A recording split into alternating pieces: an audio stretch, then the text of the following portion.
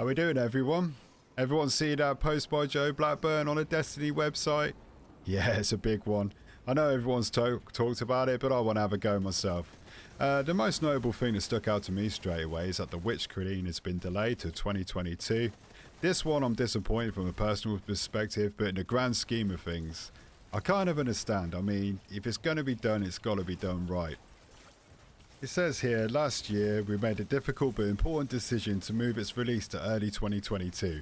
We also realised we needed to add an additional unannounced chapter after Lightfall to fully complete the first saga of Destiny. Which speaks volumes for the life of the game after Lightfall. Everyone's saying Destiny's moving into Destiny universe and into media, so maybe we'll see a Destiny TV show. Hell, I might even audition. So 1, I'm sad that it's being delayed. 2, I'm happy that Destiny's going to carry on. And 3, I hope it's being delayed because they're just going to, you know, innovate, take the story to a whole new level and all those kind of things.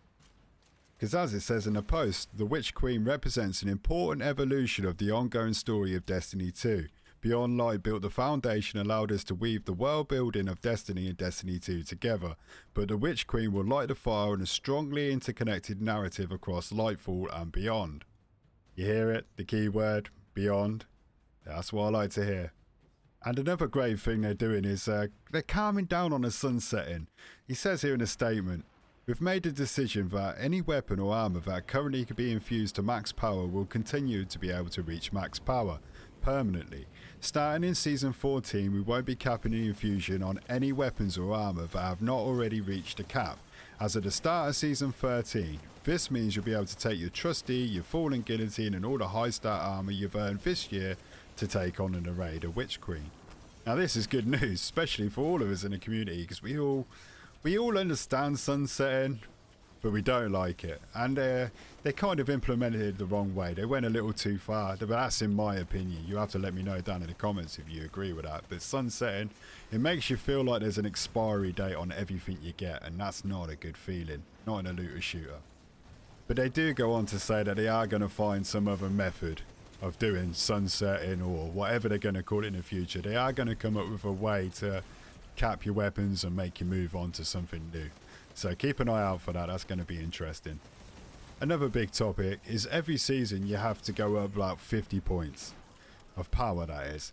So now they're going to reduce that down to 10, which makes it a lot easier to, you know, not grind so much. I mean, we love to grind. We all love to grind, but it's a bit hard. Like if you want to play like your Grandmasters or, you know, get into your Trials of Osiris, etc., you really have to grind your ass off to eventually get the opportunity to get the best rewards. And it feels like some of the content is kind of locked off to you for a long time, if you get what I'm saying. So by bringing a cap down to 10 makes it a lot more accessible. You know, if you spend like the first 3-4 weeks of the 3-month season grinding, you're cool with that, and you get like a couple of weeks of doing the top stuff, the nightfalls, etc. So that's great news in my opinion. But they do say that when you go to get like the Witch Queen and Lightfall and everything, every time a big expansion is released, you will have to go at 50 points in, which is totally fine because you got loads of content to eat through. I'm cool with that. You don't have to just run Battlegrounds over and over and over, etc. So I'm quite happy with that. Now, a big one here for me is that they start to talk about the Crucible. We all know the Crucible needs some love. So we'll have a quick look at this. Joe Blackburn goes on to say, "First, in Season 15, we will be addressing free peeking in Trials and Competitive. In these modes, emotes will be disabled and players will be unable to pull out of any third-person weapon that doesn't have any ammo. Third-person experiences of part what make Destiny's gameplay feel so good, but it was clear in our most competitive arenas that these mechanics were being used in ways we did not intend." So that's good. Free picking's gotta go. I mean, it's in the game, but why not use it? But everyone's just stood behind a wall free peeking you. It's a bit weird, in my opinion. I'm glad that's going. And this one has got to be one of the biggest ones. Here he says, "Second, over the next several seasons, we'll be making changes to stasis and light subclasses in order to achieve a healthier balance of subclasses in the Crucible. Across Season 13 and 14, we will be adjusting stasis in the Crucible in order to bring its overall effectors in line with the light." Now, that sounds good to me. I mean, I love using stasis. I hate stasis being used on me. when you got like 6 people and they've all got stasis freezing your ass every 2 seconds. It's just it's mind-blowing. So here we are for the nerfs for the Behemoth Titan. Decreased super damage reduction, increased super energy cost when performing light attacks, remove phrase AEO and supercast, reduce travelling efficiency of the Shiver Strike when slowed. For the Revenant Hunter, they're going to decrease the Withering Blade damage and tracking, decrease slow attacks applied to the targets, and remove Shatter Dive damage reduction. And for the Warlock, they're going to fix the bug where Ice Flare bolts would track towards targets immediately on creation. And they're going to fix a bug where Shadow Binder's super projectiles were not tracking until a certain distance travelled. And in general, decrease the crystal shatter damage. Now, I'm pretty pleased about that. I'm sure if everyone had it was honest with themselves, they'll all be happy with that. I mean, if every class has an equal foothold, it means you ain't got everyone freezing your ass every 2 seconds. The old golden gun will come back out, etc. So I'm happy about that. And now here's another big one. Yeah, basically he's going on about cheaters here, but Joe goes on to say, of course gameplay balance only matters when the underlying playing field is fair, and unfortunately cheating continues to be a significant issue, especially on PC. Very true. We're always working to maintain security and new exploits emerge. And as always, we don't want to talk about a lot of those improvements for fear of empowering the bad guys. A few areas we can talk about is we're aiming to double the size of the Bungie's game security team this year, reflecting on long-term commitment to fair play. We have begun making surveys to better understand your experiences with cheating and to measure our progress. This new data enriches our existing streams from players' reports. Thank you for reporting. And game instrumentation. If you receive one of these surveys, please share your experiences. And here it says, and we know this one's true because we have read the articles, he says, we've begun a strategy of aggressive legal action against the new cheater developers. You may have seen new articles about some of our early actions here, and we will continue to pursue those who undermine fair play using every tool at our disposal, both in partnerships and with our studios and under our own flag. Now, he doesn't go on to say anti-cheat, but for dear God, please let it be an anti-cheat. It's all well and good you're trying to shut down these companies, but you know what they say, you cut the head off one and 3 poke back up. You just gotta put a solid anti-cheat in this game because it puts people off trials, it puts people off PvP. And PvP is a massive part of this game. Again here, Joe goes on to say it's going to improve the overall health of Trials of Osiris matchmaking pool, both by incentivizing a wider audience to engage and better defining separation of skill tiers. They're going to rebuild the Trials reward structure so that it encourages more players to stick to their active cards longer. See, now this is good. This is very good. It also says they're going to investigate opportunities for solo players to participate in trials regularly. We believe this will not only make matchmaking pools healthier, but it also encourage more players to see what trials is all about. See, now that's a big thing. You see, with trials, I've got friends on here that won't play PvP because of it being an absolute shitfest due to stasis and the cheating and all those kind of things. So they don't get their rank up to legend. And they got no interest in going Trials of Osiris. Well, I have.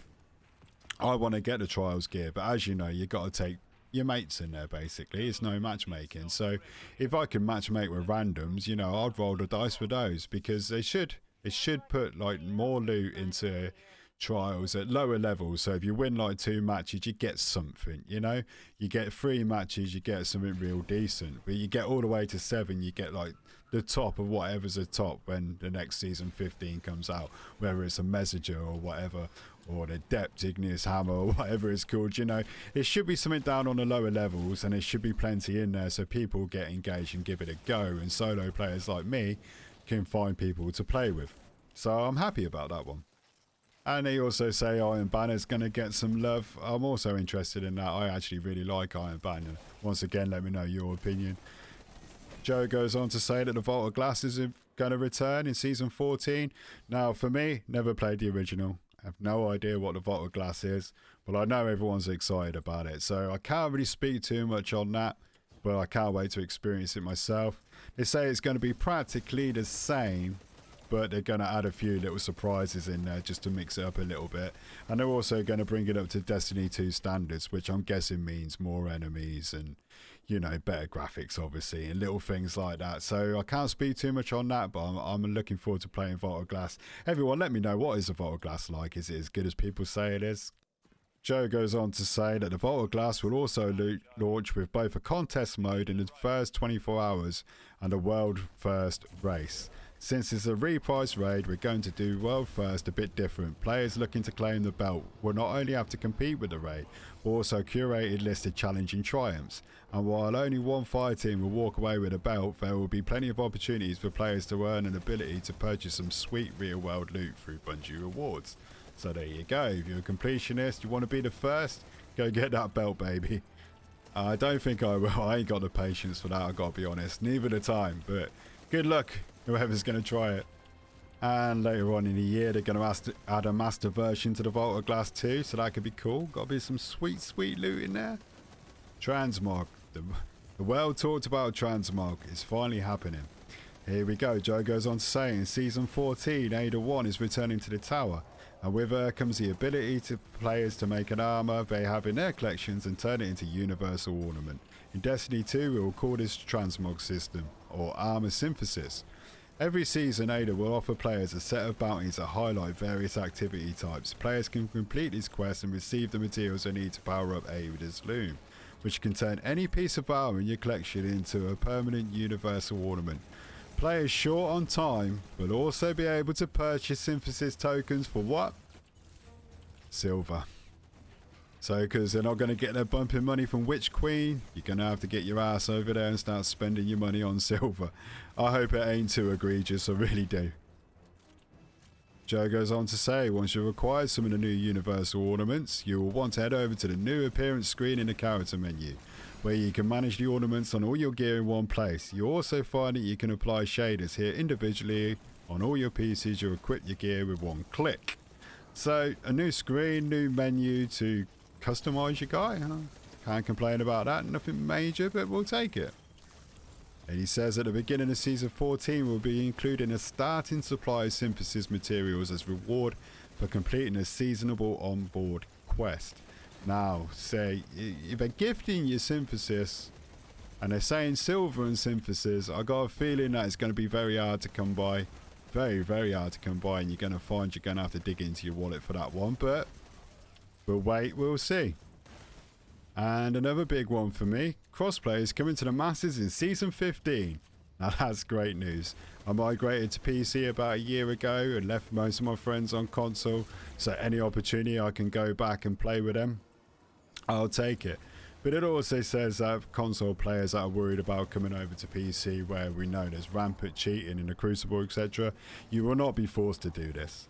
You'll have to basically opt in by playing with a PC friend. So my Xbox friends are going to hate my guts because they're going to join me. They're going to get thrown right in the middle of it. But, you know, that's tough. That's life. You know, you got to deal with it. Ikora Ray, the lady who just looks over the side of the tower and doesn't say a damn word. Goes on to say here, some of you have noticed that Ikora Ray has not been nearly as present recently in Destiny. That's an understatement. We've missed her as well. Not only will you see Ikora again in Season 14, she will be playing a pivotal role in the Witch Queen. Good. She gotta do something. And that's just some of the bullet points. So for me, disappointed that Witch Queen's delayed. Understand why. Happy about crossplay. Very happy about Trials getting some love, because I really want to do that. Overall, yeah, you know, good changes. Good changes, puts it in a good spot. Hopefully the game can move on for me. I don't know whether Outriders has got them scared and running, but yeah, these are positive changes. Let me know what you think down in the comments. Like, subscribe. It's weekly videos about Destiny. Catch you later.